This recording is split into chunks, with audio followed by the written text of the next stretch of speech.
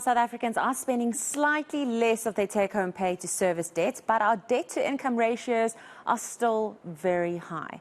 And this is according to the latest debt index for the third quarter. Now let's bring in Benay Sager from Debtbusters for more on this. Benay, thank you so much for joining us this morning. So in summary, are we better off in the third quarter or not? It's a difficult question to answer. It depends on what you're comparing it to. So if you compare it to the last few quarters, yes, we're a little bit better off.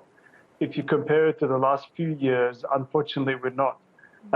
We normally look at the debt index when we compare it to the same period in previous years because, the business is very cyclical. And I think when we did that, we saw that our purchasing power has gone down, which is probably not a surprise to anyone watching the show when you factor in inflation.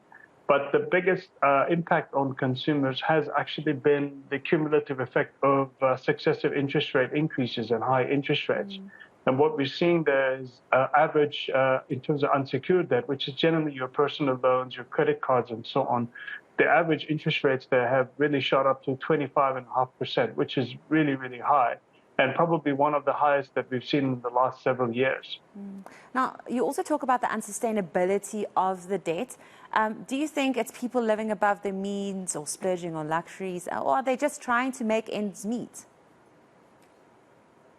What we've seen is in the last several years, it's really people trying to make ends meet. Incomes haven't really grown. They've been pretty flat for most of us. And when you factor in the impact of inflation and interest rates, consumers are basically having to borrow to supplement their income. And I think this is probably the right time to have the conversation about expenses as well. And often when we are short of money, we think, okay, how do we boost the top line, meaning our salaries?